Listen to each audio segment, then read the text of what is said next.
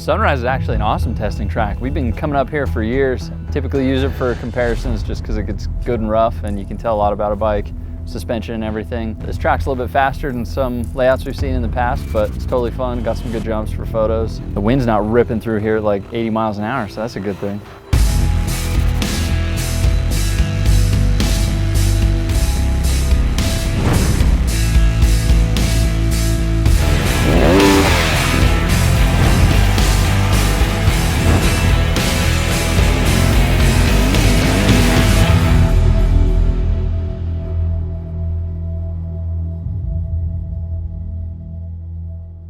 Well, each manufacturer comes out and helps us, just in case we take a spill, a lever, or flats, tires, whatever. But it also is important to have them out there because they help develop this bike.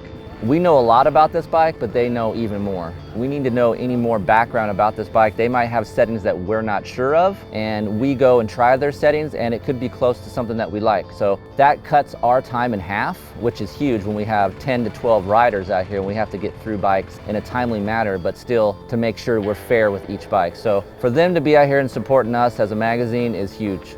I just love being a test rider just because it's a nice chance to get a feel for every single bike out there and give your judgment to other people, who ask you, hey, what bike did you like the best? And it kind of gives you a base idea and you know what you're talking about the more and more you ride. And everyone's going to be different. So that's what's so great about the shootouts is someone may love the Kawasaki, but this other guy's going to love the KTM. So it's just kind of nice to get a great feel for everyone's ideas, I guess, and thoughts. Something that I think most people don't realize about being a test rider is that it's a lot of work.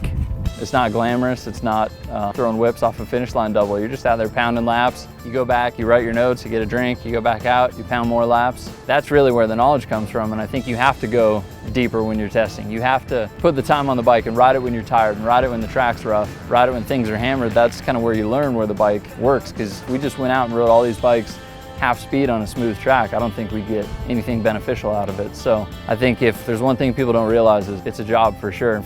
It's a tough thing to do to make sure you give every bike a fair chance because every bike feels amazing when the track is smooth. So being in shape is important and equally amount of time on each bike I'd say is as important. I would try to do a few laps each, then come back and do a second round and then change what I feel like I need to be changed.